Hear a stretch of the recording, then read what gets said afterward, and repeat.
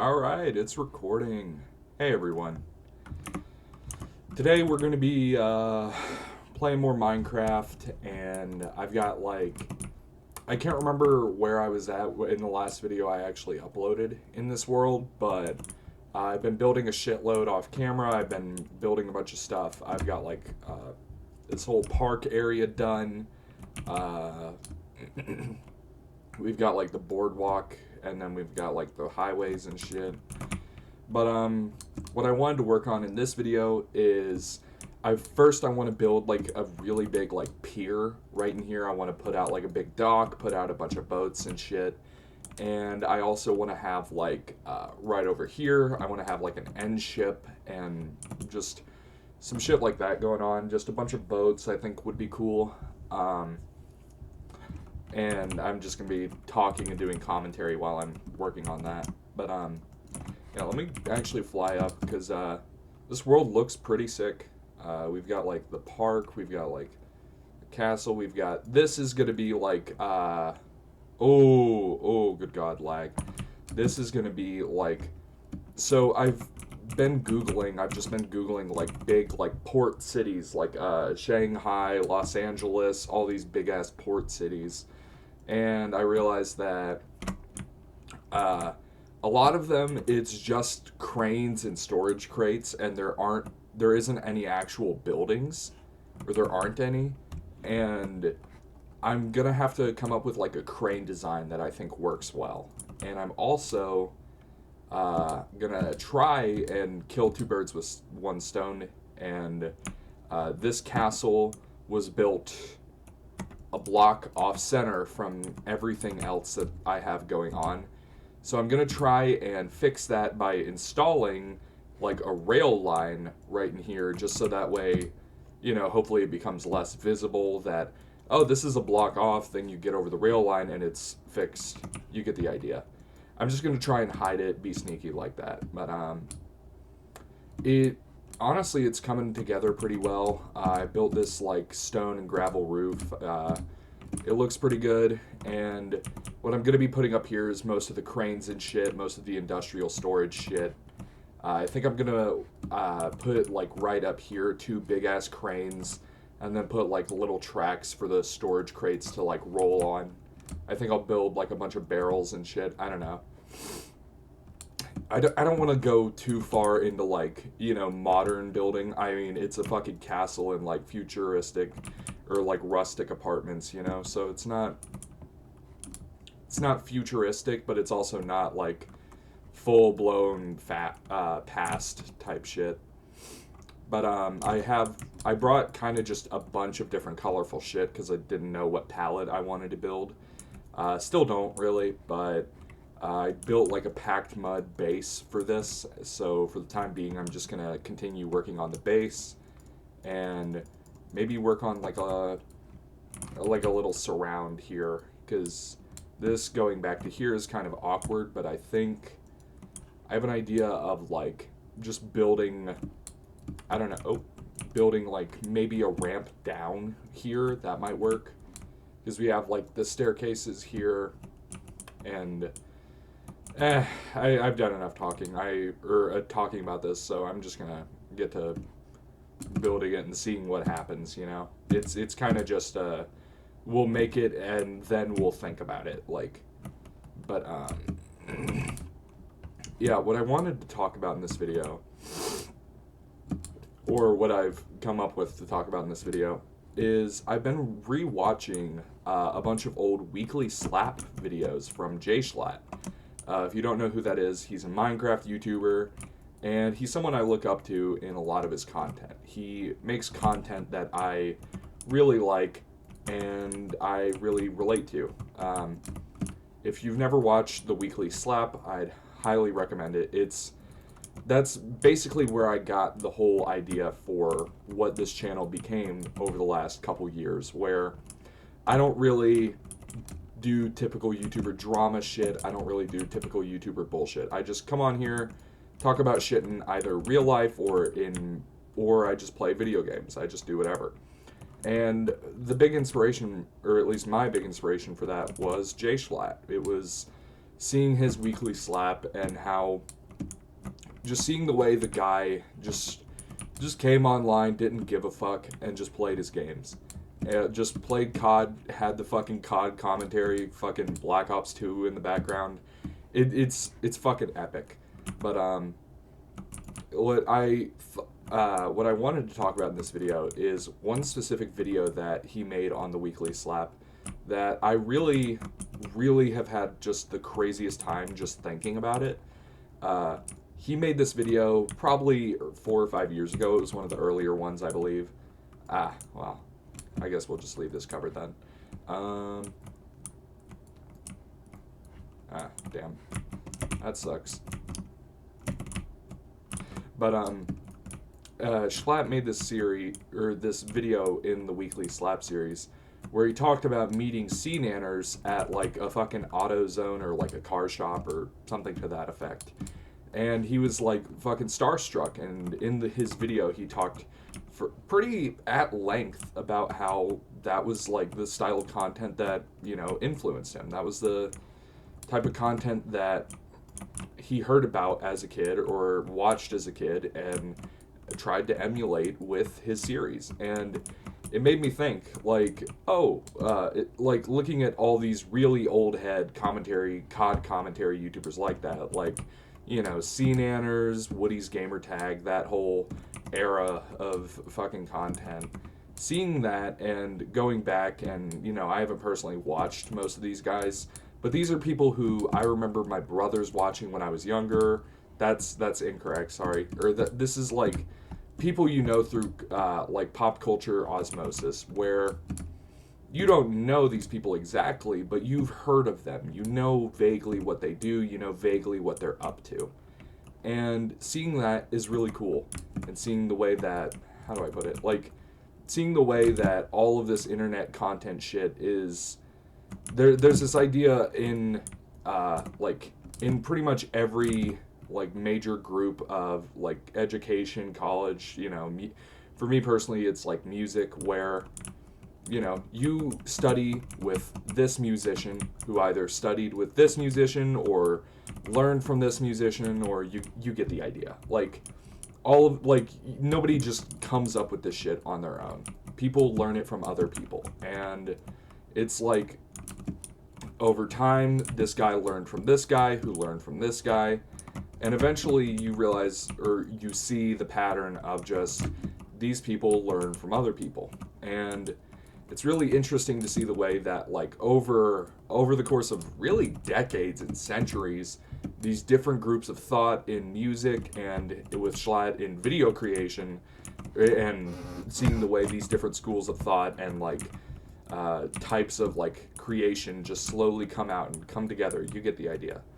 But I thought watching that video, it was really interesting to see how it just kind of showed me, like, a split second of, like, the framework of shit, where Schlatt learned how to be a YouTuber by effectively watching and not understudying, but, like, learning to understand these types of YouTubers, like people like C-nanners and fucking Woody's Gamertag. Like, learning how to understand those guys was what helped Schlatt become a YouTuber. And in my eyes, that's sick as fuck. That's kind of the ideal when it comes to YouTube. And I realized, kind of into that video that I was watching of his, I realized, like, oh wait, this is kind of similar to how I feel about, how do I put it? You know, it's not at all the same, because I'm not a professional YouTuber. I don't want to do this shit for a living. But I want to do it for fun, for the sake of, like, creating. And I realized pretty quickly into that video, because all the weekly slaps are like what, 5-10 minutes, something to that effect. And I realized while watching, I was like, I kind of have a similar thought pattern to Schlatt, and I wonder, like, you know, I started watching the guy when I was like fucking 14 or some shit. Because I got into Schlatt through S&P Live and all that back in the day, and I don't know, it's just crazy to see. But it's crazy to see, like, how young it's crazy to think back to how young I was watching that motherfucker. Like, I was in my freshman year in high school, Didn't even have this computer that I've had for like 7 years, by the way. I've had this computer since that freshman year of high school. I got it for, I want to say Christmas or something like that. I got that computer around then. But, God, it's crazy to look back and see and think back on how young I was and how all these YouTubers that I was watching as a kid, they're still around. They're still making that content that I love. And it kind of makes you wonder, like you see the way the old group of YouTubers, like, you look at like way back in the day, you look at like the first group of YouTubers that really could kind of shape things in the way modern ones can. Like around 2010 to 2015 was when that shit started getting, really to where it could influence people. Like that was around the time the first like big commentary guys coming out. That was when fucking Ali A was coming up. Oh God, I remember that fucking guy when I was a kid, or from when I was a kid, and the Ali A theme bass boosted. That was the funniest shit to like fucking 10-year-old me. Oh my God, that's been like a decade ago now. But God, I remember so much shit from back in the day about like all these old YouTubers, or all these YouTubers who are old now but who weren't at the time, and seeing the way that hearing Schlatt talk about having similar feelings of just looking back on the old gen, hearing Schlatt talk about that kind of stuff with YouTubers like well before my time, because seeing Anders and Woody's gamer tag, I mean, I know who they are. I know. Like, I've watched documentaries on, like, the Wings of Redemption shit and all that, but, like, I wasn't there in the heyday. I wasn't there from, like, I wasn't there, like, the day Black Ops 2 came out, fucking locked into the fucking Woody's gamertag video of the day. That wasn't me, because I was probably in kindergarten learning to count to Apple or some shit like that. Like, but, seeing the way that, like, and I mean that's kind of how media works, is just people learn or people watch whatever random stars or upcomers are around them in the immediate limelight, and then over time they go away and there's like a small dedicated fan base who keeps watching that one thing, and that's really fucking beautiful to me. That's kind of like I see that, and to me it's just the most like wondrous shit in the world. Like the idea of someone having a dedicated fan who just kind of sticks around after all the years of all the years of like in the limelight media fame have gone out, and there's still like that small dedicated fandom who still loves what the guy's doing, or still loves like whatever insert YouTuber is doing.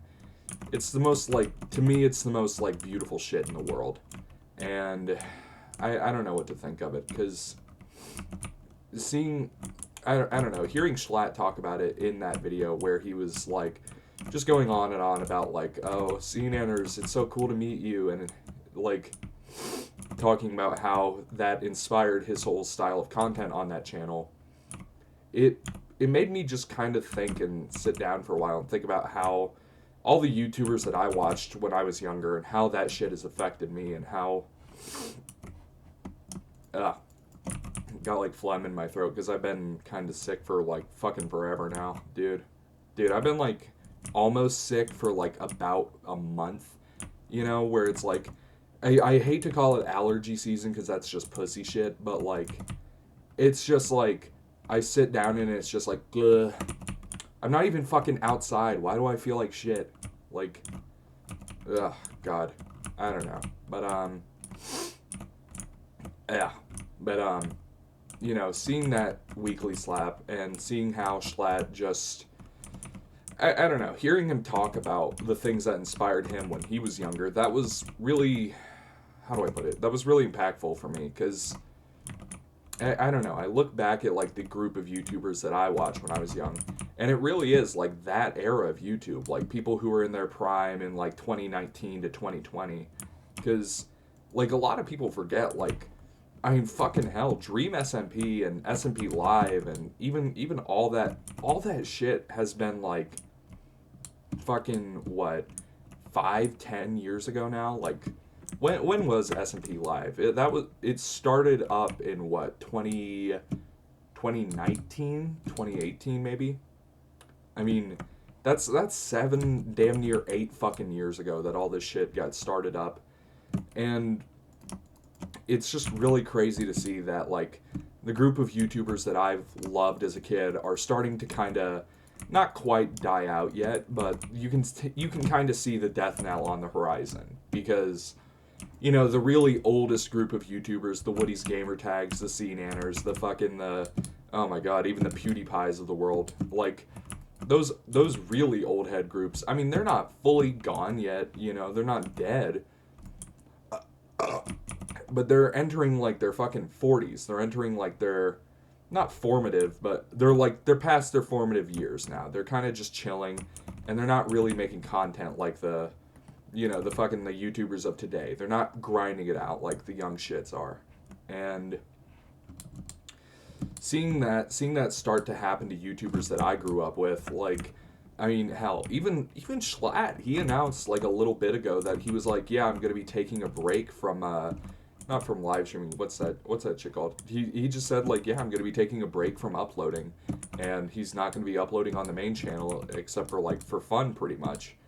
So, I mean, seeing this kind of stuff start to happen with YouTubers that I grew up with, it's really weird, because it's like you're seeing that end of an era, but also you're kind of, I don't know, I feel like as someone who just casually uploads videos like this every now and then, it's really weird, because you feel this really strong compulsion, or, like, compulsion is the wrong word, because it's more of just, like, it's less of, like, a need, but more of just, like, you see it and you want to act. Yeah, fuck.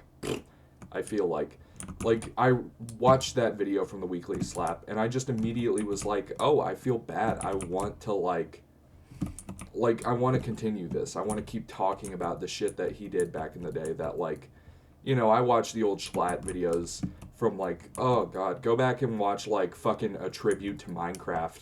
That shit was, like, what, 5 fucking years ago at this point? Oh my god.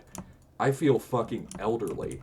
But, oh god. I mean, I'm kind of bidding about that, but, like, genuinely, like, seeing all these YouTubers that I fucking grew up with, seeing them get old, seeing their content get old, it's crazy. Like, I don't know, seeing something you love exit, like, the cultural, I think zeitgeist is the right word, like, seeing it leave that and become more and more of just, like, oh, you like that? Oh, that's old head. Or, oh, you saw this back in the day? Damn, you're getting old, Unk. That type of shit. It's like, how do I put it? Okay, this is the middle. Okay. Like, it's fucking insane to see. It's crazy to fucking see that all these YouTubers that I really loved back in the day, all that content, it's still there. Like, it's not gone. You can still find fucking, hell, most of the old channels that I watched when I was younger are still up. Most of the people still leave their videos there and occasionally, like, casually upload. But there's not, I don't know, all the, how do I put it, like, all the big groups, all the big shit from when I was young, or when I was younger, Jesus, when I was young, like, I'm a fucking World War One nurse. What's that? A tribute to arms. What? Are you a World War One nurse who fell in love with what was it, a blind soldier or something? I don't remember. And then the doctor from the show is like, there's no way you read that. That shit made me laugh. But, anyways, sorry. But, just, I feel like as I've gotten older and as I've watched YouTubers I growed up with, is that what I said? Fucking idiot. YouTubers I've grown up with, as I've watched them slowly exit, like, the mainstream, and slowly get older and older, and slowly get further further away from content creation. It's really weird to watch happen as someone who, like, I'm not that old. Like, I'm fucking 20. I'm not like 5,000 years old. I'm not even, like, 40, where it's like, that's like, I feel like 40 is the point where you start having, like, old head ass references that nobody fucking understands. You start saying shit and everyone just looks at you funny. And there's this kind of thing I've been wondering about with all that, where I see the way media has kind of trended to where, you know, you have like faster and faster paced content, faster and faster paced everything. And it's not, this isn't going to be like the boomer critique, like, oh, these kids today, they can't sit still, they can't stare at the ground or whatever.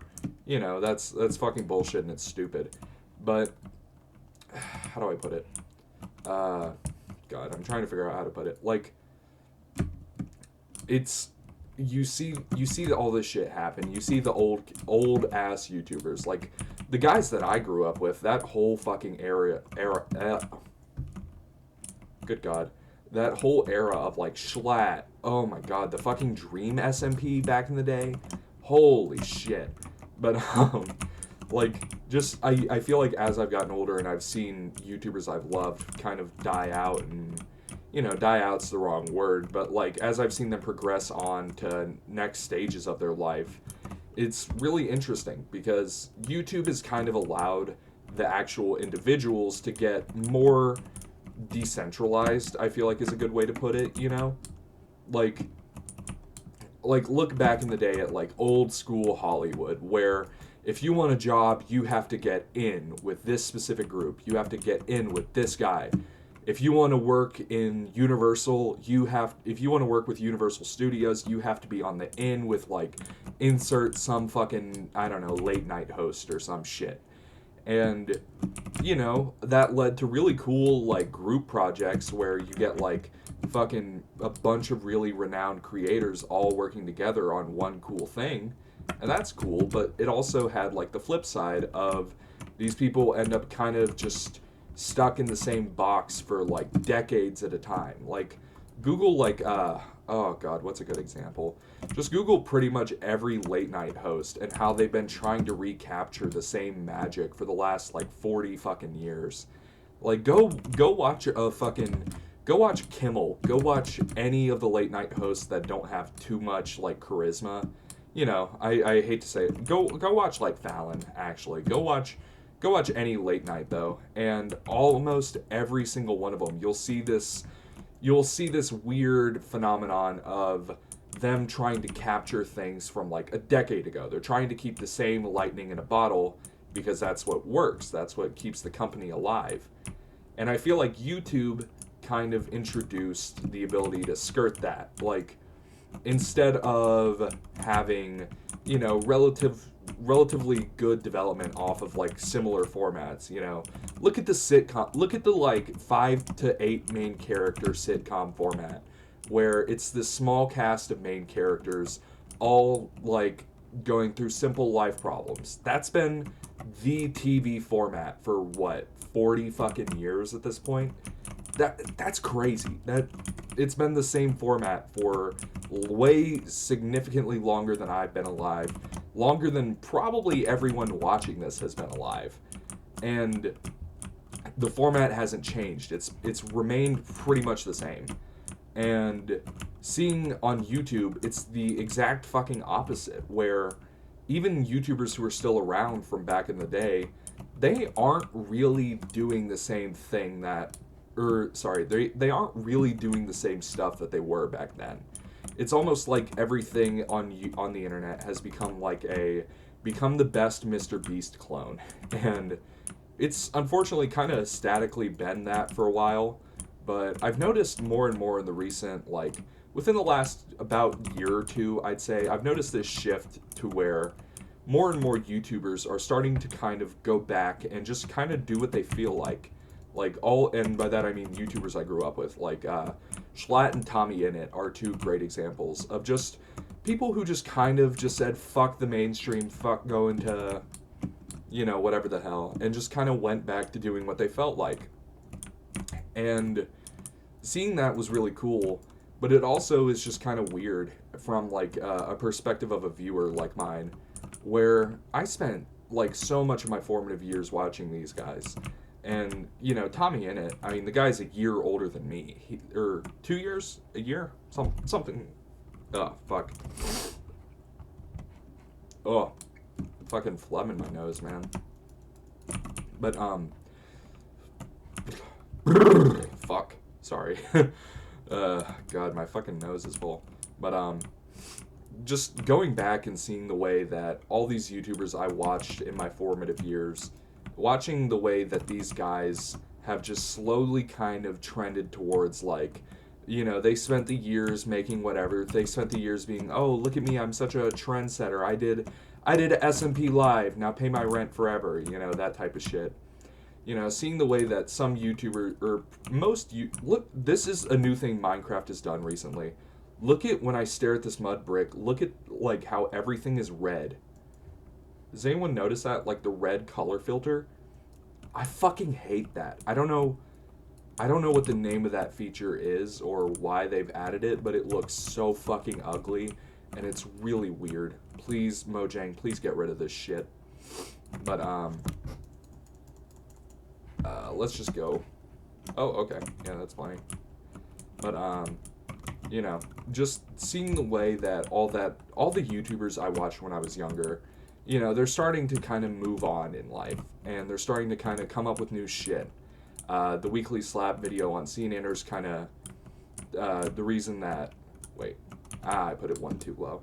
The reason that I brought that video up was it kind of made me realize that all this YouTube shit from pretty much every uploader, it's been like a fucking Ouroboros for the last however many decades, years, however you want to define it.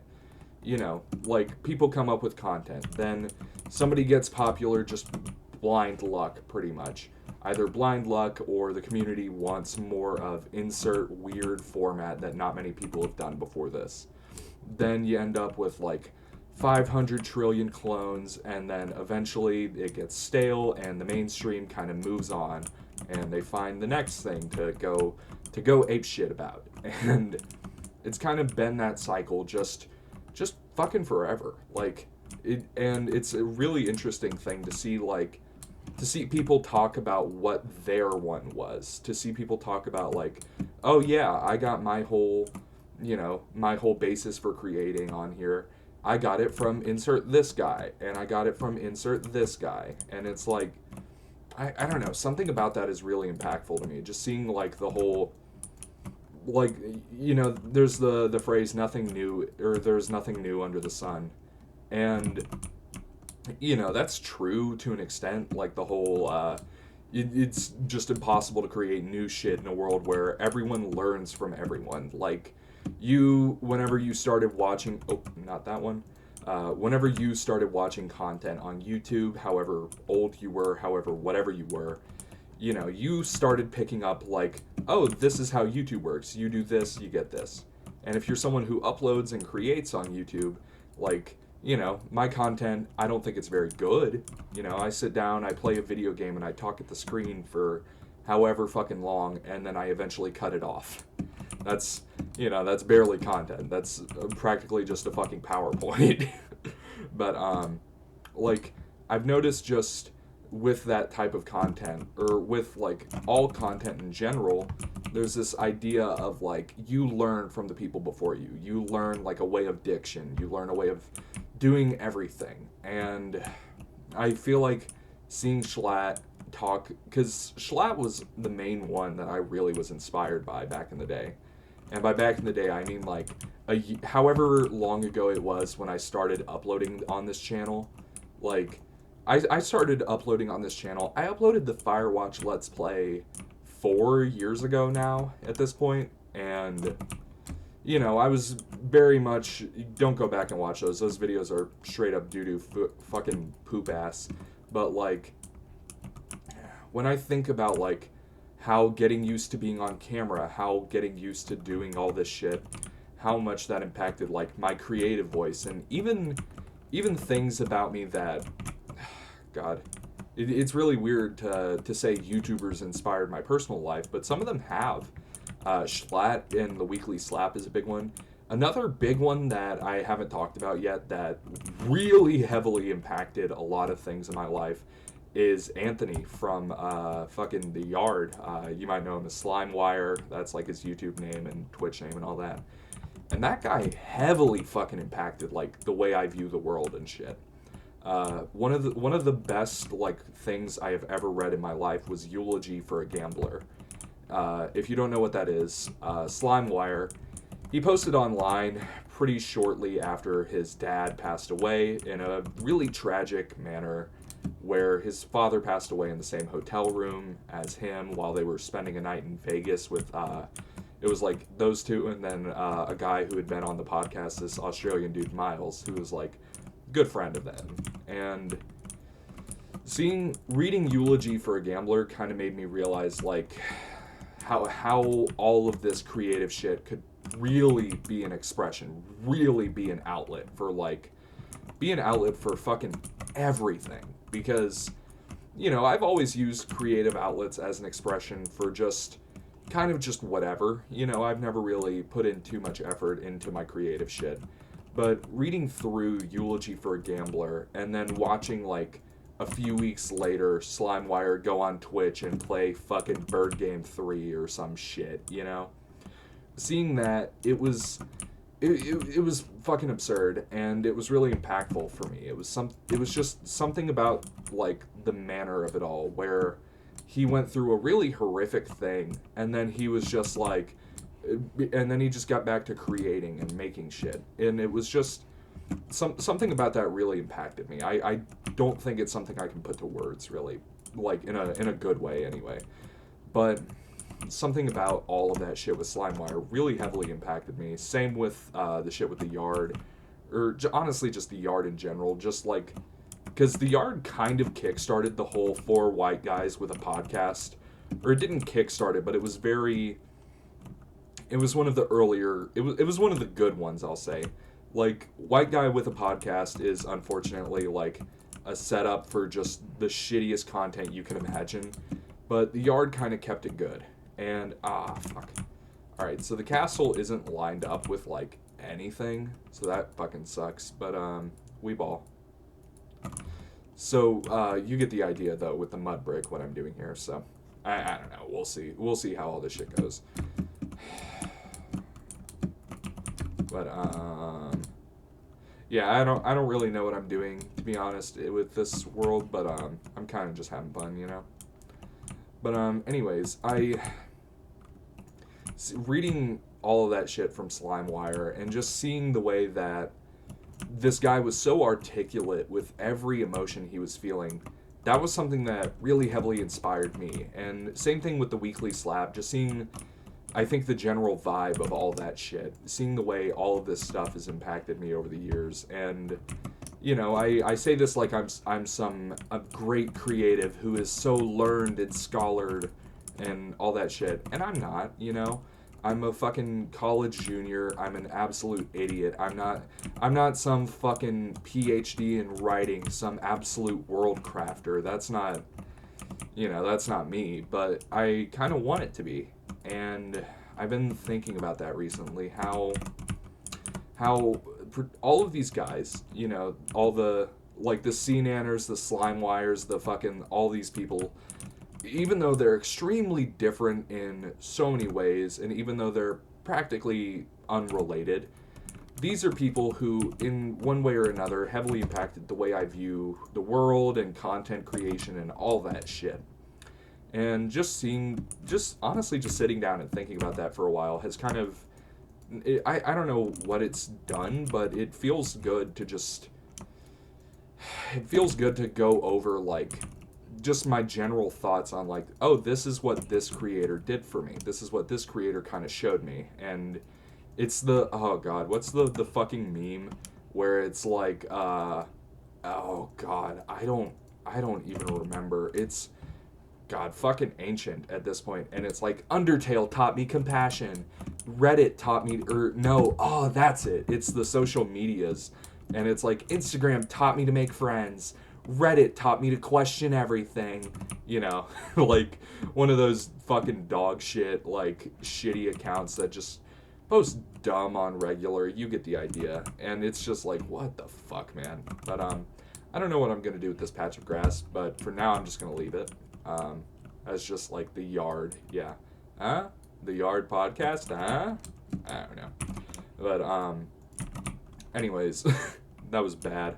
And I deserve to get fucking beat up about it. But, yeah. But anyways, I what was I saying?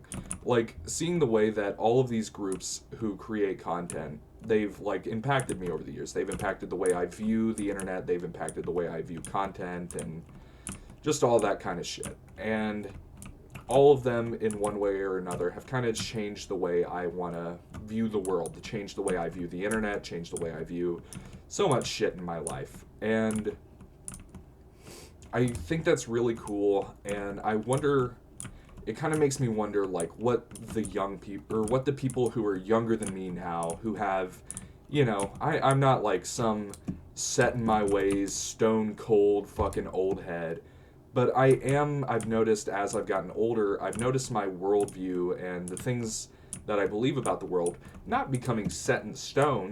People are changing, ever changing. That's like, hell, that's kind of the theme of the human race, is that's how people survive and get by, is we're always changing, we're always adapting. And that's society, that's life. That's life. Wow, wow, wow. The Frank Sinatra song. But now we fill this in with gravel, and this will take up a bit. But oh god, can you guys see the screen tear? Because I don't have VSync on. I noticed that when I have VSync on in this fucking cube game, I noticed that, like, the FPS goes from, I've always had inconsistent FPS in this game, but it goes from, holy fuck, I've got, like, air in my throat. Ugh. I've noticed that, like, when I turn VSync on, the FPS goes from, like, bad and, like, with VSync on, with VSync off, it's still laggy as shit, but, like, with VSync on, it's just genuinely fucking impossible to play. It's just unplayable. And I think that's pretty funny. But, because the options are either, like, a line in the middle of your screen, like, evil-ass ominous line, or just you can't play the game. And to me, that's pretty funny. Did I just get 2 blocks of gravel from that? Weird.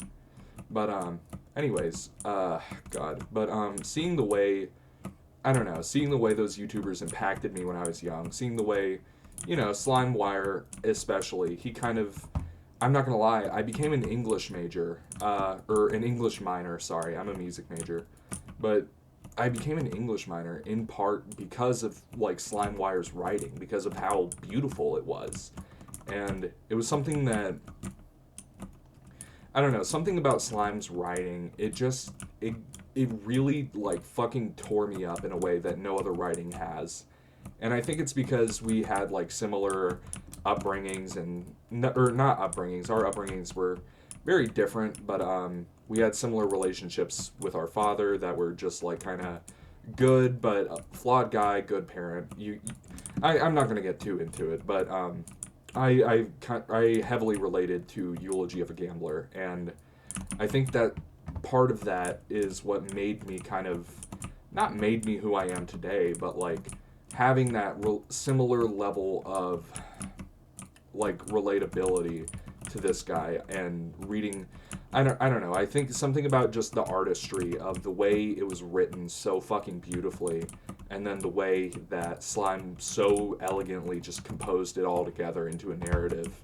It was really beautiful, and it's a really good read. Go read Eulogy of a Gambler. It is fucking some of the most beautiful, like, writing to me, and I'm sure part of it is personal bias just because I went through similar shit, but it's so fucking beautiful. It's such a great read, and yeah.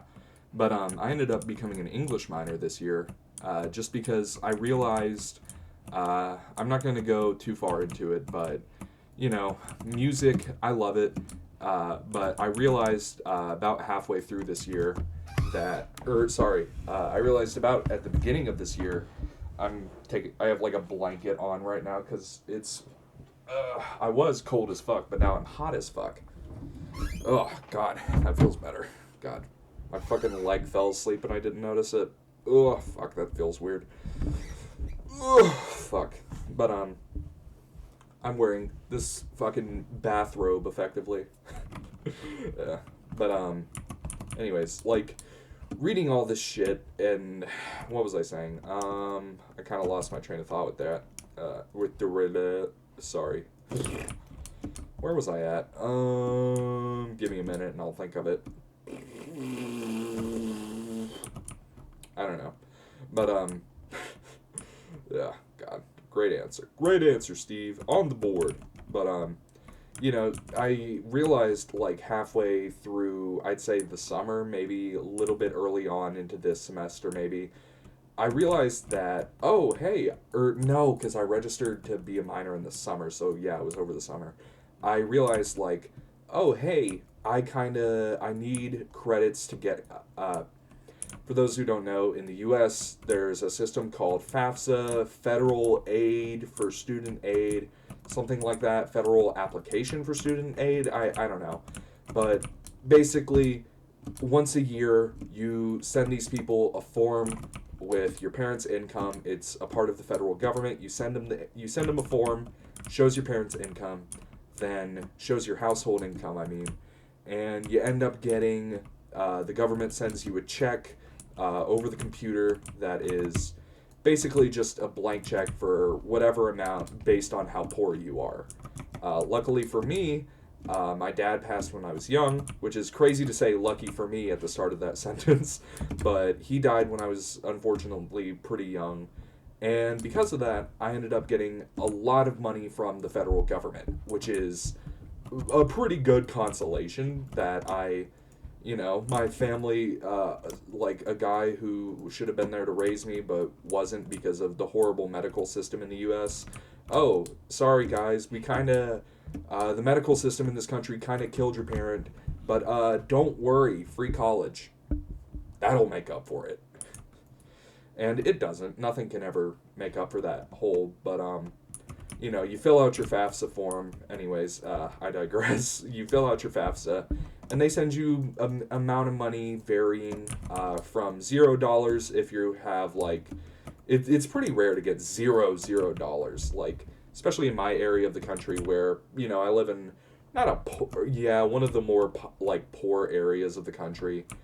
So when you're living here, you kind of deal with you just kind of realize like, oh, like how rare it is for people to not get that money. It is so uncommon for people to not, like, if you get $0 from FAFSA, either you fucked up or you have like the most happy, beautiful sitcom family imaginable. And that's honestly the way it should be, because if you have that happy family, this money that is extremely limited, because long story short, the money that goes to these college students, including me, it's like, I mean, it's a good amount of money, but it's also like the fund for it is really small. So like eventually we're gonna run out. It's the Social Security thing where like if you get old, you better not, or else we're gonna be fucking leached off of by you. That's a fucking scary common sentiment.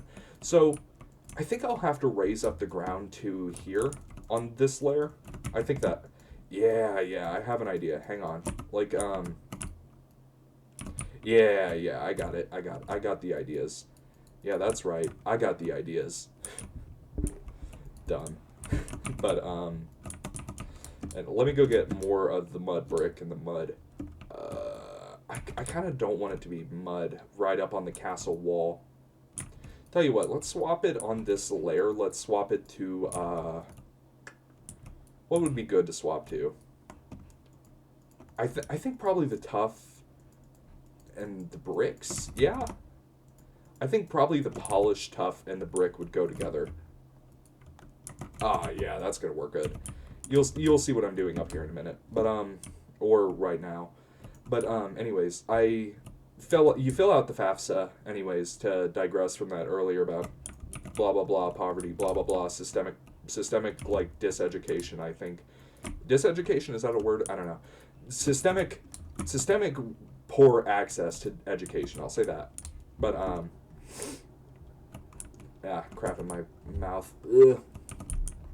But, you kind of realize over time, like, oh, this is...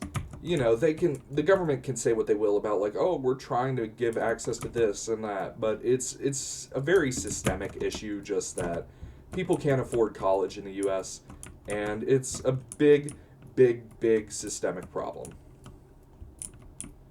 Does this work? Does this palette work?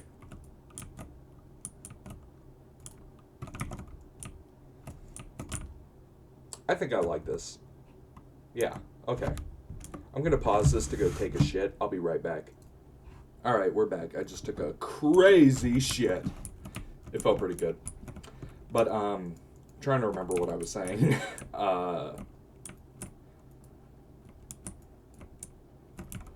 Something super intelligent.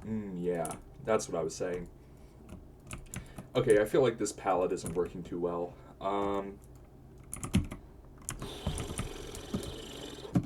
I think the red was a bad idea. Let's go with the polished deep slate.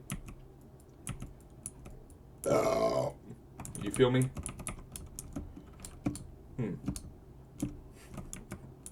But, what I was saying, something about, oh yeah, FAFSA. So, basically, you get government money. Good. You get government money, and that's a very good, important part of the country. Because you need government money to afford your tuition in the U.S. It's kind of just a fact of life. And it sucks that that's the case, but what can you do? But anyways, when you get that money, it's dependent on you having a certain number of credit hours, or in my college, what that basically means is you take a certain number of courses, or I don't know why I said in my college, this means the same thing in every single college in the country, I believe. You take a certain number of credits based off of, like, oh, I'm a this major, so I have to take this class. I'm a this major, so I have to take this class. And so on and so forth. You keep finding factor after factor after why you have to take... Not dirt, what the fuck? But, basically, you have to keep finding reasons to take specific courses. And I think I'm going to actually do this all in tough, not deep slate. But, eventually, as you get further into your degree, and especially if you've taken, like me, if you took extra courses, or if you took classes over the summer, that kind of thing, it basically, if you do too well in your degree, you eventually get, like, you hit a point in your third year or your fourth year, somewhere in there, where you start running out of credits. And for me, I have finally hit the point where, oh yeah, this is the palette, where I'm at a point now where I have to add a minor to get enough credits to even get out and graduate. It's not an option anymore, it's a requirement. So you have to have 12 credits. I will be, next year, without a minor, I would have been at like 4 or 5, maybe, somewhere in there. Like a really, really tiny amount. And adding a minor has given me the ability to, like, you know, take classes and pass the degree. Wow. But, yeah, it's kind of fucked up that you have to do that, but, we ball.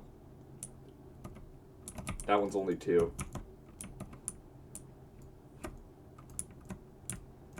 Yeah, I thought it was 1 off, but,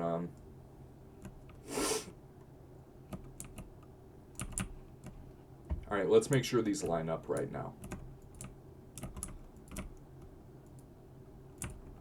What? No, damn it. Not. Fuck you. Fuck you. Fuck you. Alright. But, I ended up deciding, like, in picking my minor, I decided to add an English minor because I wasn't, you know, I'm not too big on writing, but I realized I am kind of big on things like this. Just formats where it's not really any type of professional writing, but it's still weaving together a narrative in that same way. And I really wanted to be able to do that, like, to more effectively sit down and talk shit out and more effectively get my points across. And I haven't taken any minor courses yet just because, well, all that starts next semester because without going too far into weird specifics, when you apply for a minor in college, it effectively is a game of like, okay, well now you have to take these courses, and there's a couple of courses that are required by my minor, but they're all very, very disparate, very, how do I put it, like, oh, yeah, that. Or they're very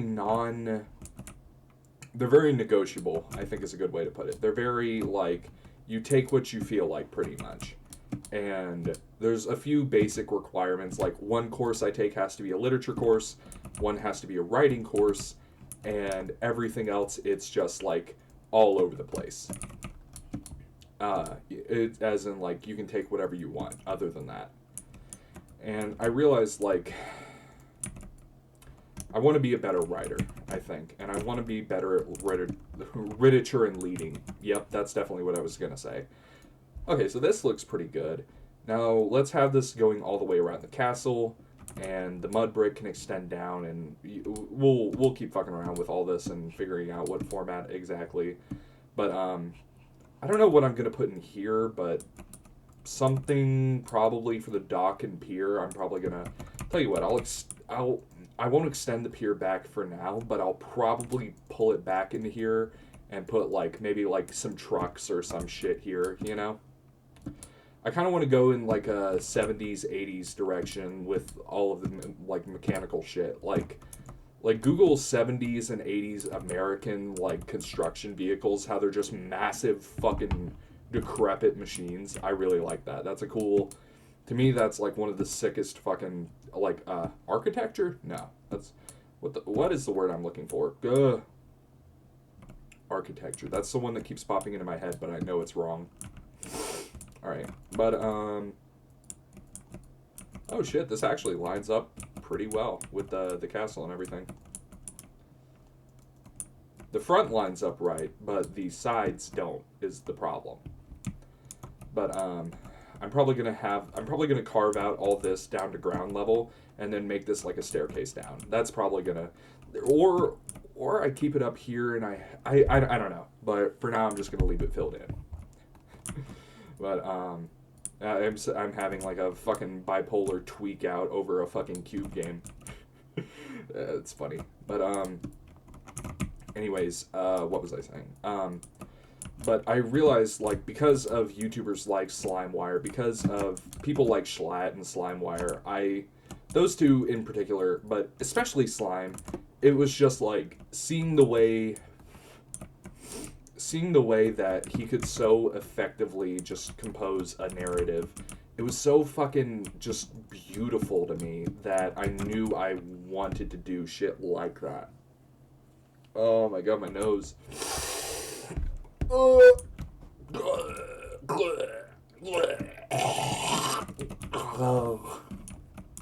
You get the idea. Insert more fucking hawk noises here. But, let's see. How many out from the house is this? Like 2? Yeah, 2 this way. So, if this lines up with the end of the house as well, it kind of does. We'll bring it out 2. Yeah, okay. No, not that one. But I don't know. Seeing all this shit though about I've always had being an English minor kind of in the back of my head, but I think seeing more and more writers like that over the years just on the internet, seeing more and more people seeing more inspirational shit like that, people who could compose so fucking effectively, could speak like a scholar and do bits like a comedian. It just, that shit really spoke to me. And I really, like, I read Eulogy for a Gambler. That was the single biggest impact point, I feel. Because that was just such a beautiful, fucking elegant piece of writing that it was like I fucking knew I had to read that shit. Or I knew I wanted to do that shit, I mean. And... again, I feel the need to keep repeating it. If you haven't read Eulogy for a Gambler, go read it. It is a fucking masterclass. It is beautiful. But and it's just so elegant too in the way it like it doesn't have too much of a traditional like, oh, this is the big idea of this essay will be talking about the loss of my father. You know, it's not like, how do I put it? It's not a typical essay in that way. It's just like, it's just Slime talking at length about his time with his father, and even though it doesn't really follow any traditional format, it's still really beautiful and some really impactful shit, honestly. And I'd really recommend it. I think I'm gonna bring this out two more grids. I mean, and then put like a grass like yard around, or like a lawn around this whole thing. You know, I think that'd be good. Cool. No. Okay. And now this should be pretty much good. Oh yeah, this shit is going to come out sick as fuck. Making it line up with the city is going to be awkward, but like, wait a minute.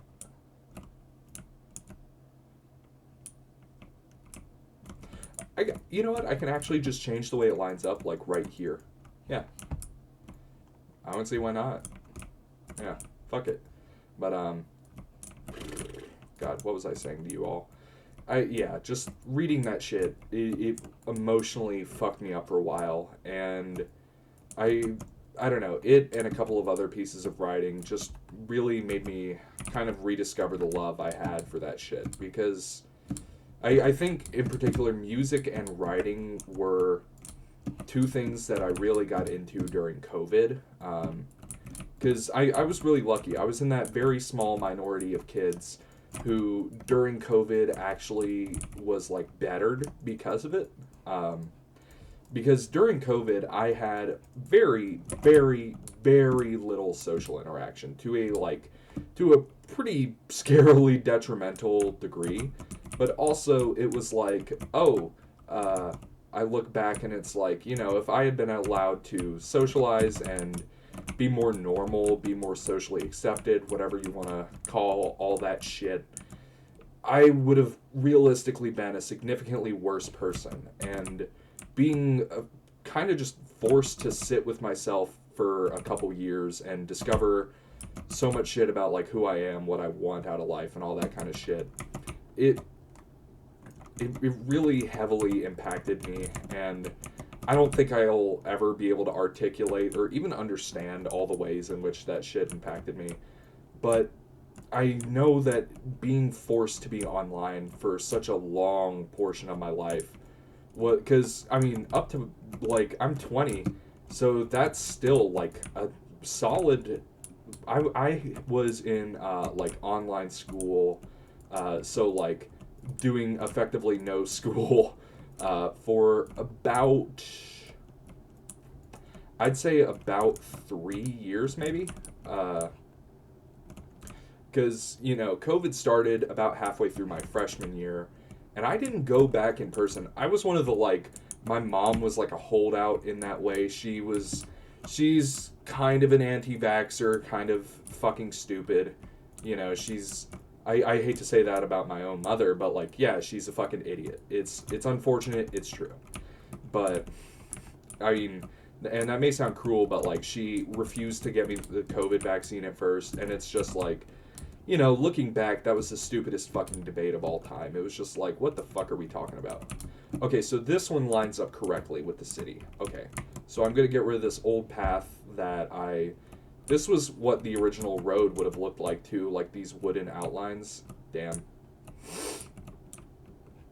But, yeah, anyways, like, I mean, being online and being stuck in the house with just crazy people, it kind of forced me to seek solace online because, you know, I mentioned my mom being anti-vax. That was far from the biggest issue in my life at that time. There were significantly worse things going on behind the scenes, just horrible family shit, and it basically led to a scenario where I was kind of just felt like emotionally I was just kind of trapped in my room for better part of, God, years. I mean, and also very formative years, I feel like I need to add, because, I mean, you don't realize it when you're in them, but, like, 14 to, like, I mean, even now I'm probably still in them in, like, formative years to a degree, but, like, you know, for the most part, I'm a stable, solid, consistent person now. So I don't know how to envision it in the same way as, you know, little fucking teenage me, just, how do I put it, like, being so different from what I am now and having so much shit be different about me. And then you cut to now and it's just like, whoa, that was so different, you know? I don't know. I imagine I'll probably have the same feeling 20 years down the road, but you know, being online for that long ass period in high school, it really forced me to seek friendship and all kinds of shit through very unconventional means, and it basically led to me being like a child hermit and just on the internet, and it was really weird, like emotionally, mentally, whatever other big words you want to use. It just led to me being a weird little fucker. And, you know, I think ultimately that was a really good thing for me because it led me to be very unique in a way, and it led me to be counterculture in a very genuine way, you know, because people always love, like, the counterculture 10 years, like, after it's happened, but in the moment you don't think about, like, oh, this is so counterculture, this is so prog rock, this is whatever. You just think, like, oh, this is cool. And I think not being bullied, not ever really having to deal with traditional in-person, like people talking about my interest or shit that I cared about or was interested in. I think, oh shit, this is about to die. God damn. Let's go down to the, fuck. Let's go down into here. Oh yeah, the happy gas. That guy's pretty cool. But, I think not being, like, having that in-person socialization, I think it let me grow into a very unique person. And that's pretty cool.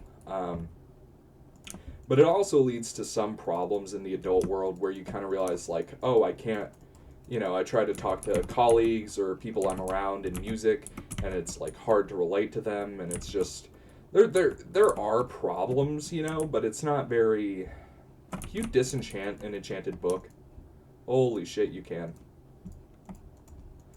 This is going to be the quickest money of all time. Oh, God. So much fucking money. And holy shit, it's already repaired most of the thing. This might be one of the most, like, effective, what's it called? Not enchantment, XP farms, is to just get these fucking books from, turn it on peaceful mode, go to the fucking, what's that shit called? The dungeon with the warden. The ancient city, yeah. Just go to that shit and then just turn it on peaceful mode and just get all the books in the world. Oh my god, you get so much XP.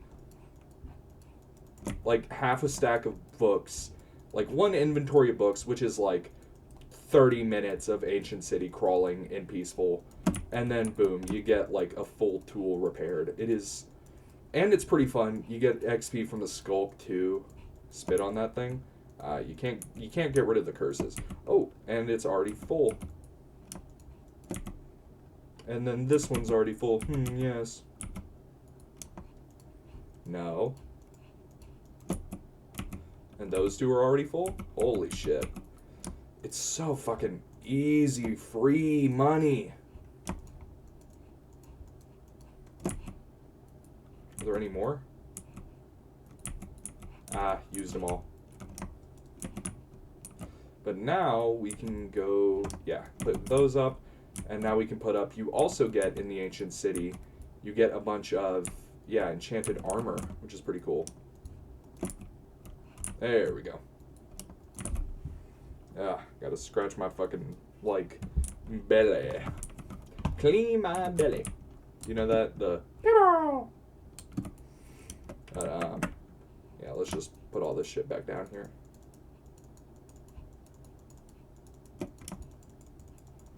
Let's see, how much tough do I have? Because I have plenty of the brick. I have like a whole chest of it back in the corner. But I don't have too much of the polished tough. I'm running pretty low on that. I never thought I'd use that polished tough. That shit looks like so kind of ugly, you know? But it's honestly turning out, the whole village is turning out a lot better than I thought it would. But anyways, what was I saying? Oh yeah, but being so like online in my very formative years, it was really really cool for me because it kind of just let me turn into like such a unique little fucking weirdo. And I knew that I was a weird kid. I knew that I wasn't, socially typical, I feel like is a good way to put it.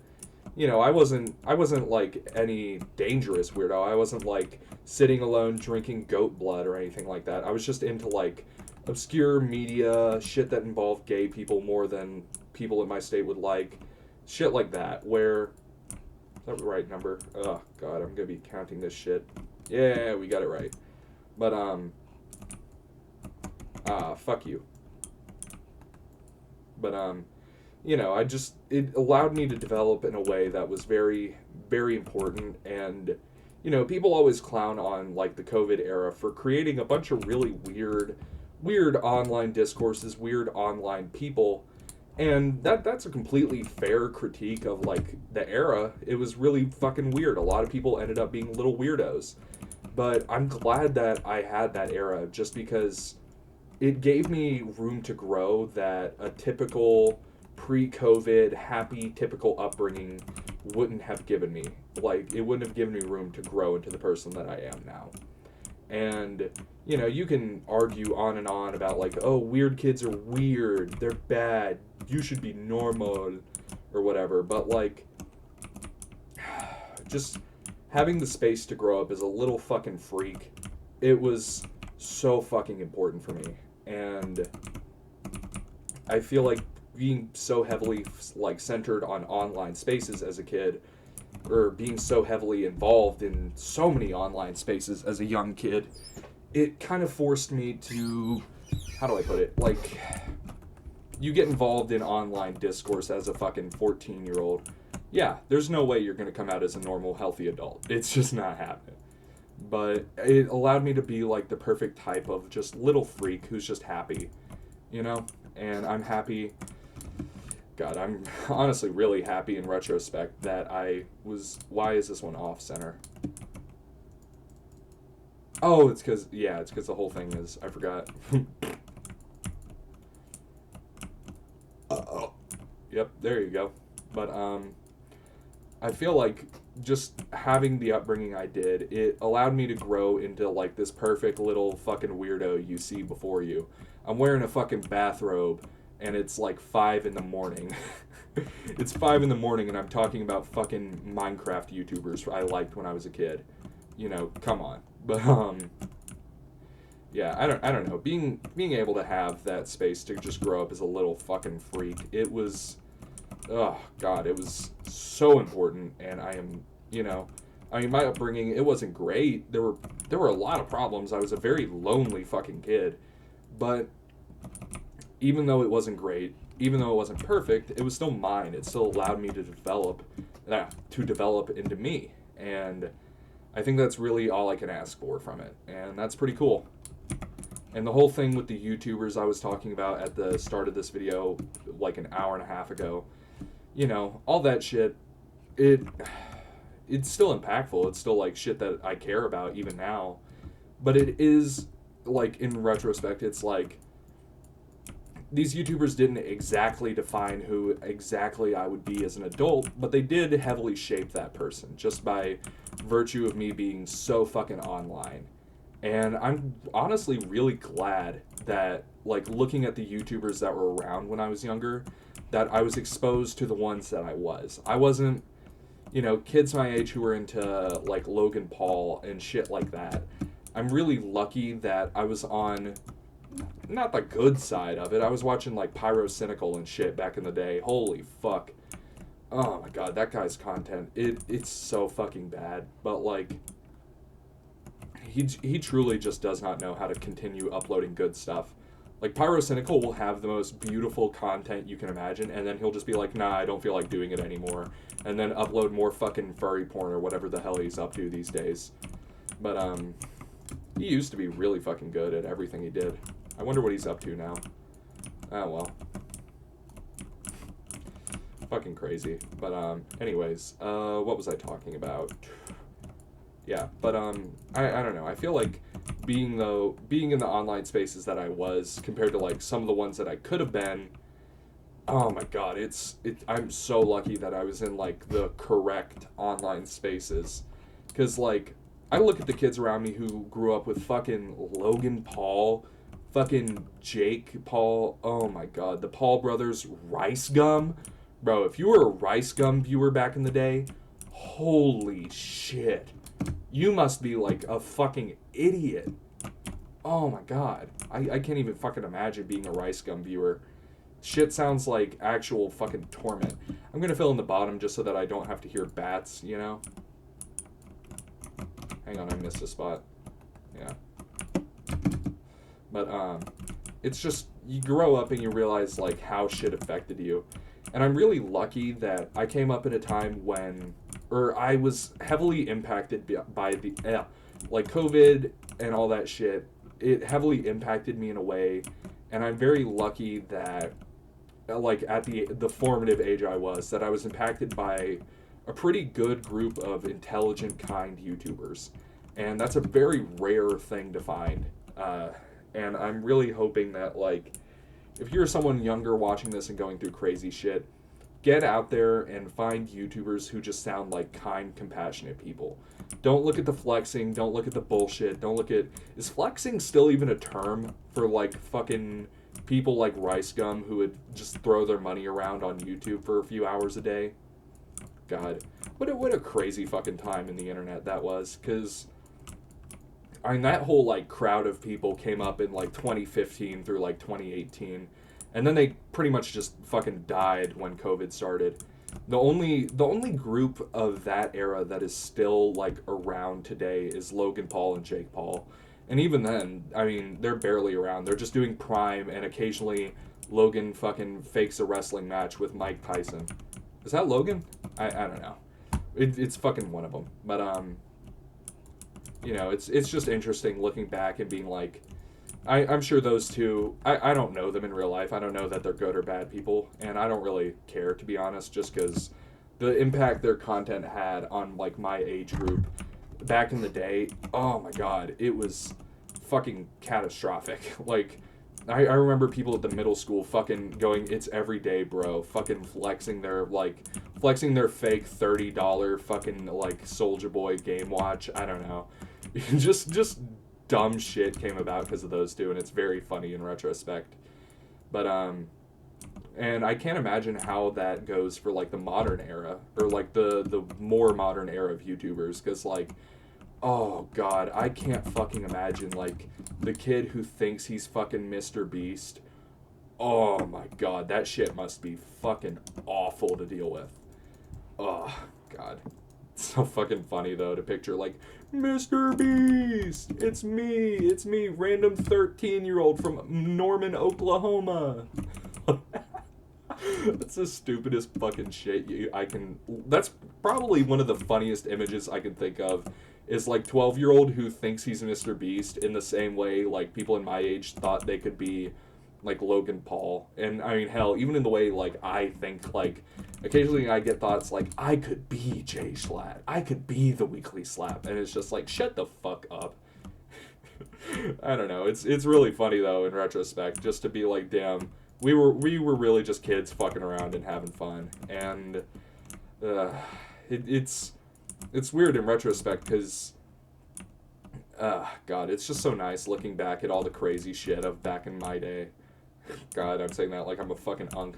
Or back in that era of my life, and that era of all of the people my age's lives. I don't know, it was really nice to see. It's really nice to see like the evolution of it all. It's really, I don't know. And that's something I kind of want to get into in the second half of this video. If you wanted to only stick around for the first part where I was talking about my thoughts on YouTubers and all that shit, you know, feel free to go. I don't blame you. This video is long. All of my videos are long. But what I wanted to talk about is this really weird feeling I've been having recently, just for all of my life, where I've noticed that I've been able to look at like all of these parts of my life and just kind of appreciate a lot of things that I haven't been able to. or wasn't able to when I was younger.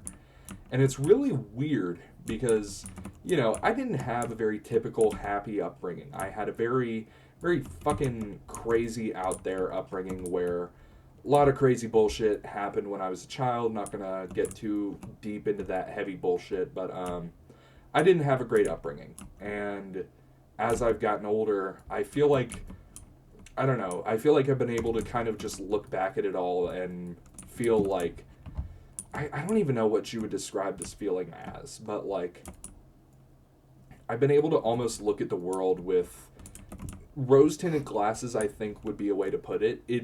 It's not like nostalgia in the typical YouTube way of like, oh, this game I played when I was a kid, this is so Sugoi Poggers-chan or whatever the fuck. But like, I look back at just everything and I think about some things that I had and things I didn't have. And I feel like I'm able to look at the world in a way more positive light now. And I don't know what to call it or when this feeling started coming about in my head. But I've just felt way more positively about life in general over the last couple years. And I think a massive part of it has just been getting older and just kind of building better relationships and building a better life for myself. Because, God. I mean, I've talked at length in some of my older videos, and in some of my earliest videos, I was still struggling with, like, the active abuse and shit that I went through when I was younger. And if you go back to those videos, you can, I mean, it's not, like, something I don't think I ever touched on too heavily, because I was, like, scared to, but I struggled a fucking crazy amount when I was young. And I think now, as I'm older, I'm kind of able to look at most of my life and just almost feel like this weird feeling. I don't know. I'm sorry to be so repetitive and vague in this video, but like, it's so fucking weird, the feelings I've had over the last couple while. Yeah, fucking great sentence, me. But I've just felt like this really weird, like, almost soaring feeling where I'm able to, I don't know, I look at my life and I feel like I see the beauty in it in a way I just couldn't see it when I was younger. And I'm genuinely, like, tearing up even thinking about it, because it's just, I mean, I haven't lived a perfect life. I have had mistake after mistake, horrible shit after horrible shit thrown at me my entire life. But I feel like I'm still able to kind of just sit down and just see the beauty in it all. And, oh, God, I'm, like, actually fucking tearing up. Good God. But, I've had this really weird feeling of just, like, gratitude for it all. And, this is really recent, and I think, oh, fuck, my nose is running. Oh, my God, I'm, like, actually crying. Oh, God. If you're watching this and you're like, what the fuck is this idiot talking about? Don't worry. I'm thinking that too. But, oh, God, what am I trying to say? I don't know. There's something just so poetic about, like, zooming out over my whole life and seeing it all. And it's really beautiful. Not a dirt. But, yeah, I don't know what this feeling is or why it's here, but I've noticed it a lot more recently since I've gotten HRT, like, regimens done and everything. And, like, without going too far into it, I started transitioning about a year ago. Yippee, all that. Oh, God, deep breaths and type shit. But, I just had this weird feeling of, like, ever since I've gotten, like, progesterone and ever since I've been able to, like, be on actual HRT for, like, a few months, because I've been on estrogen for, like, I thought I heard a noise, for, like, God, 8-9 months at this point. I'm coming up on a year. Fuck. That's crazy. And I'll be honest, I haven't noticed very many physical differences. There's a couple of small things, but very, very little about me is physically changed, if I'm being honest. But I also didn't get a testosterone blocker until about 6 months on HRT, so, like, You know, it does take time, and I'm aware of that. And I'm not gonna like discount like the effects some people have had with HRT. It's effectively random, but I've noticed the single biggest effect I've noticed with it all is just mental. I've just felt so much more happy, and I've had these weird moments of almost like a fucking clairvoyant of the world where like I feel like I'm more able to just zoom out and just see how beautiful all of my life has been up to this point. And I don't know what to fucking make of it, because it's honestly a really overwhelming feeling of just being overwhelmed with like the beauty of it all. And I mean, even trying to like fucking clinically describe what I'm feeling here, just like describing it without like fucking, how do I put it? Just zooming out of my brain and just being like, this is what I am feeling, you know, almost robotically. Even then, I'm still like almost in fucking. I literally did have like a fucking tear roll down my little leg. But I've been just feeling this weird like just fucking joy after seeing like all of my life and shit. And it's this weird feeling of just like zooming out and just looking at it all from like a big long-term picture my entire life. And I feel like such joy with it all that I genuinely can't put it into words. It's all like so beautiful. And it is like genuinely, it's kind of like fucked with my head, because it's so like genuinely just fucking beautiful that I haven't been able to like put it like you can see how emotionally impacted I am. I think like in watching this video, you're probably gonna look at like the fucking tears running down my cheek, running down my legs. And you're probably gonna be like, oh wow, this person is like really going through it. And I don't even know how to put to word like what I'm feeling. It's so fucking weird. But I've just been feeling just this constant fucking like joy at everything. And I don't even know what to make of it, but it's so overwhelming, and it's so overwhelmingly like positive and beautiful that I mean, oh god, I don't know what to make of it, but it's whatever it is I'm feeling, it's really fucking cool. And all right, we're gonna make most of this into stairs now, but oh fuck, why you crying, pussy? Quit crying. Oh god, good fucking god, I've got like a runny nose. I'm gonna blow my nose into this fucking robe.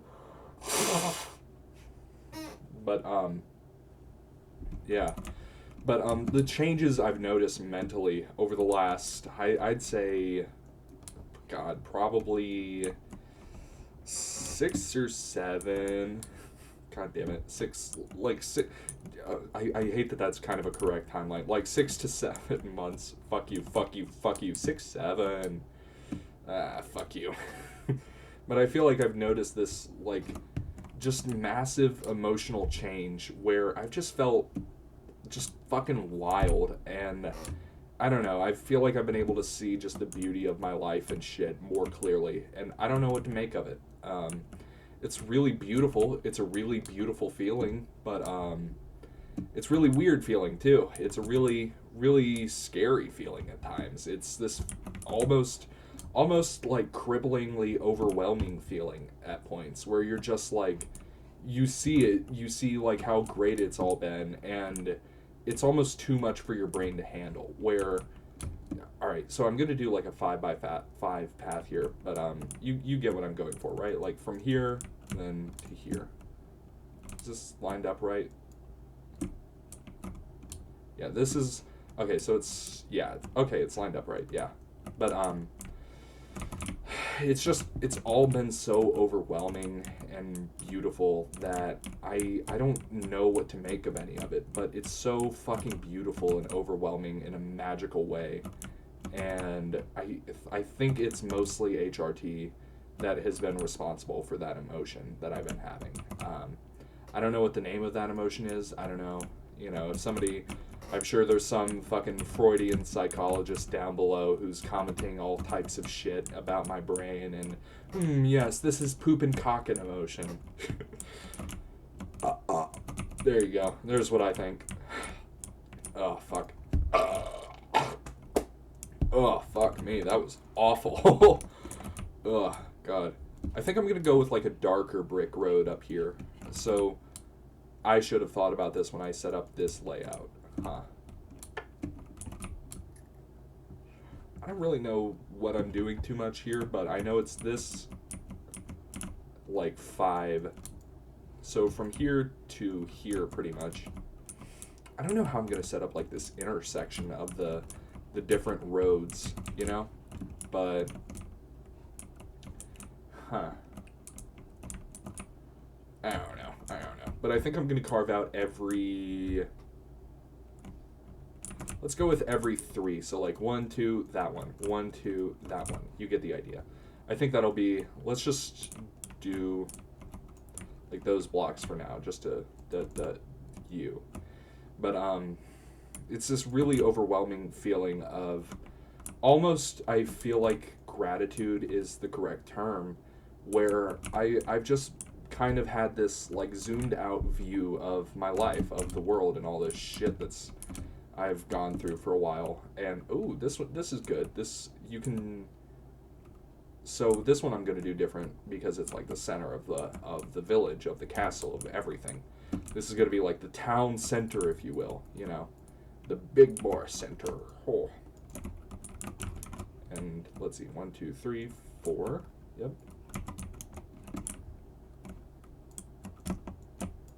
Oh yeah, this shit's gonna come out like fucking perfect.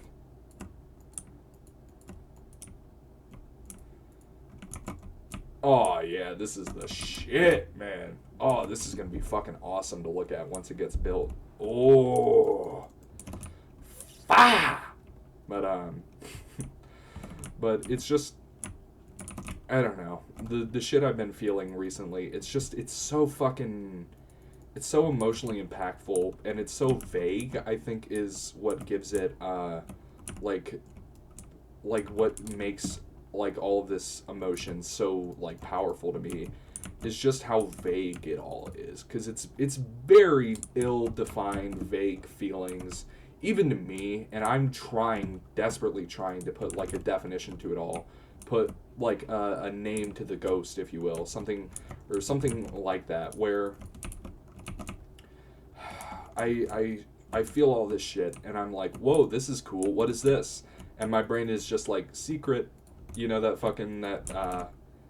that was an Instagram or TikTok audio like 45 fucking years ago, where it's like, the IRS, you know the one back in the day where it's like, IRS, how much do I owe you? Secret, you know that? Oh my god, that's probably like a fucking 10 trillion year old reference at this point. God, I'm so old and chopped and unk. Funny. But, honestly true. But, like, God. Oh, this might be a problem. So there's 1, 2, 3, 4 left on this side. Huh.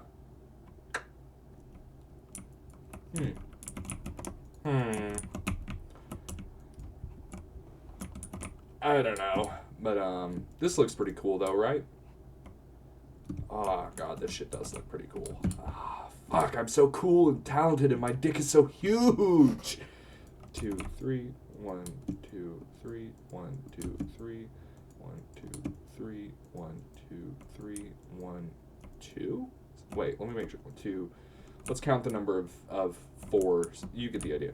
1, 2, 3, 4, 5, 6, 7, 8, 9, 10, 11, 12, 13, 14, 15, 16, 17. Okay, so there will be 5 and then... God, I feel fucking good, you know? But 17, that means 9 is the middle. 1, 2, 3, 4, 5, 6, 7, 8, 9. You are the middle. You are the middle. You are the middle. You are the middle. I've been having like fucking Darius type stims going on lately where I just start saying shit. But dude, there's this one Darius video where he goes like, no, no, and I fucking love that one. No, no.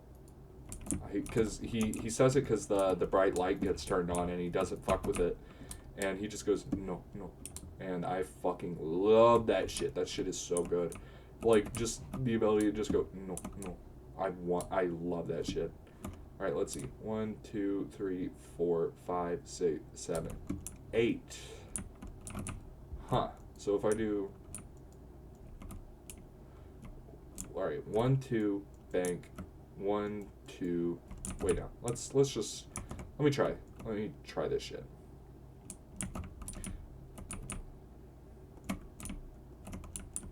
Oh, yeah, this is perfect. This is fucking...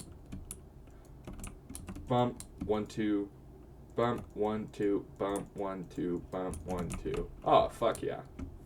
This is perfect. But, now I just match it up on this side. 1, 2, 1.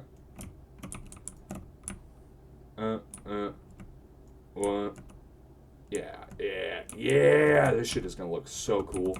Oh, hell yeah. But,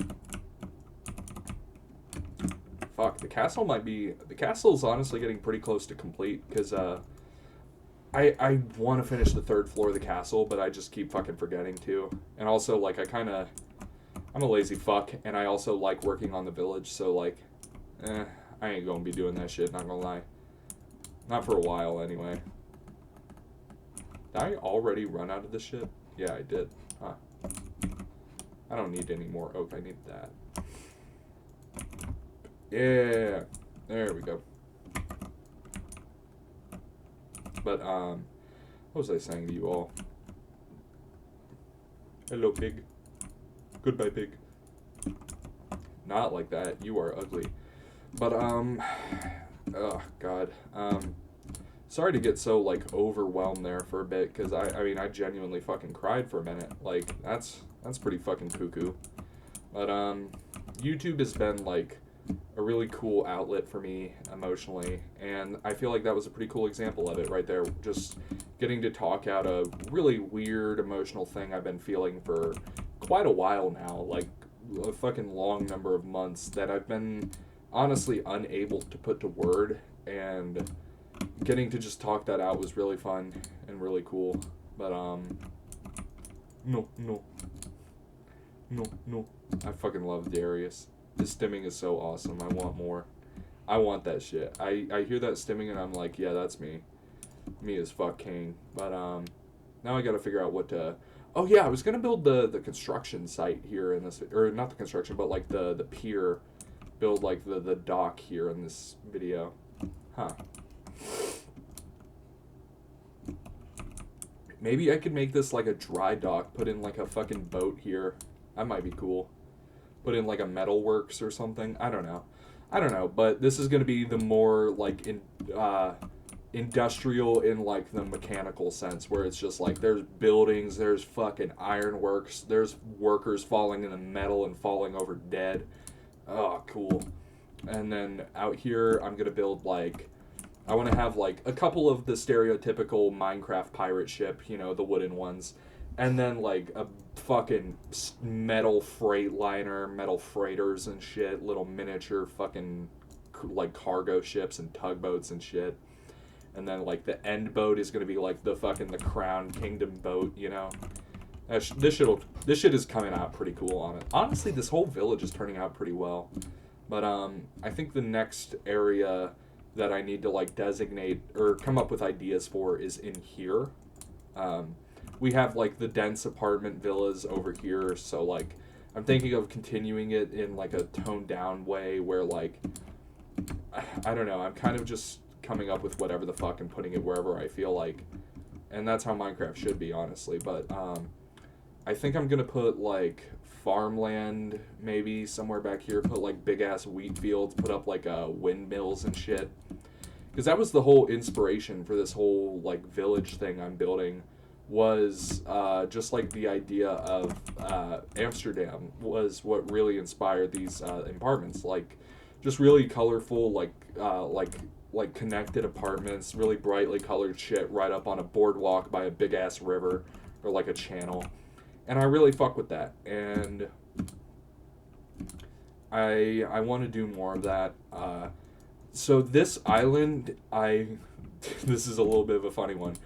I am kind of dead set on making it Epstein's Island just because it's so fucking funny that I kind of have to. I'm probably going to build it between one of these videos that I've made recently. I'm probably going to film it between like a couple of them, or build it between a couple of them, and then just never mention it, just treat it like it's normal. Like, explicitly, though, like, flying over in some of the videos, put up a big-ass fucking, like, just build the Epstein house. I don't know what the name of it is. Like, build the shit, put it, like, right across the river, and, oh, God, I put, like, a bunch of the boats right up here, and I put a bunch of, like, kid villagers in the fucking boats. Oh, my God, that is evil. That's really fucking funny, though. But, I think the next things I need to figure out are zoning for in here and getting rid of this, or making this like line up better and work better. Honestly, the brick and the mud doesn't work too bad. I kind of fuck with it, but I think I'm gonna have to fix that, fix like the way this lines up, fix this, and make all of this stuff line up. I think I'm just gonna have to pull this out all the way down to here. And I've used, by the way, I have used so much mud. I have used so much fucking mud in all of these builds. I've never really used mud before, and now that I've used it, I'm fucking addicted to it like fentanyl. I need it. Oh my god, dude, it's so cool. But I used it right in here for like the nature preserve area, and I think right here is where the shift is going to be from mud to something else, which sucks because I've already built this out of mud. But I think like up here's where the industrial site begins, so I could build it out of like deep. I don't know. I think I'm overcomplicating shit. I think I'm just gonna leave it as mud, just so that way I can start building cooler stuff. But Cooler, isn't that the guy from Dragon Ball that nobody cares about? That's funny. But yeah, thank you for coming with me on this really weird emotional journey where I've just kind of sat down and talked a bunch of crazy shit out for a while. To kind of conclude everything from this video, though, God, what all should I talk about in the fucking conclusion section? Yeah, there's been a pretty crazy video where I just have kind of gone on and on really crazy shit, huh? That's funny. But, yeah, I hope you understand kind of what I've been feeling, but it's all been very weirdly emotional in a good way. How I've felt for the last while.